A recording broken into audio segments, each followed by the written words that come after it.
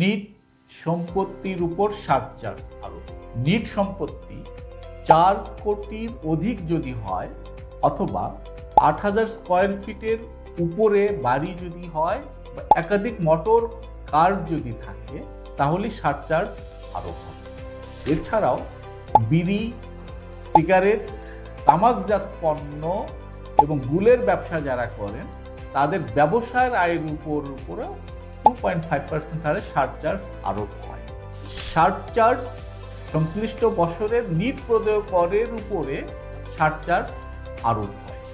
2024-2025 কর বছরের সারচার্জের হার হচ্ছে 4 কোটি টাকা পর্যন্ত নিট সম্পদ, 4 কোটি পর্যন্ত শূন্য, 4 কোটির অধিক এবং 10 কোটির নিচে অথবা 8,000 স্কয়ার ফিট এর বাড়ি, একাধিক মোটর কার, এই ক্ষেত্রে হলো 10%।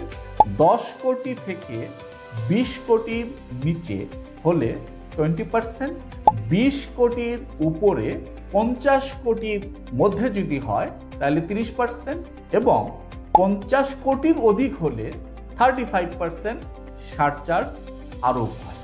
এখানে নিট সম্পদ বলতে এখানে ক্রয় মূল্যকেই কিন্তু বোঝাবে, বাজার মূল্যকে বোঝাবে না।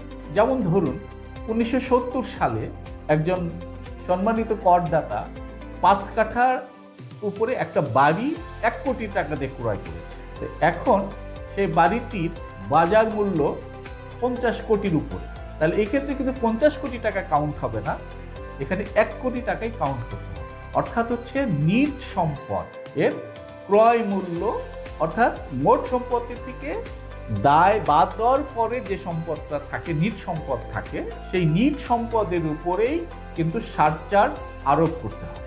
এখানে আরেকটি বিষয়, মোটর কার বলতে এই জায়গাটাতে bus, truck, lorry, motorcycle, human hauler এগুলো কিন্তু মোটর কারের মধ্যে অন্তর্ভুক্ত হবে না। আপনার যদি সারচার্জ হয় তাহলে আপনার সঠিকভাবে সারচার্জের হিসাব করুন, হিসাব করে প্রদেয় করের সাথে যুক্ত করে সঠিক সময়ে আয়কর প্রদান করুন, নিজে নিরাপদে থাকুন, রাষ্ট্রকে সহযোগিতা করুন। ধন্যবাদ।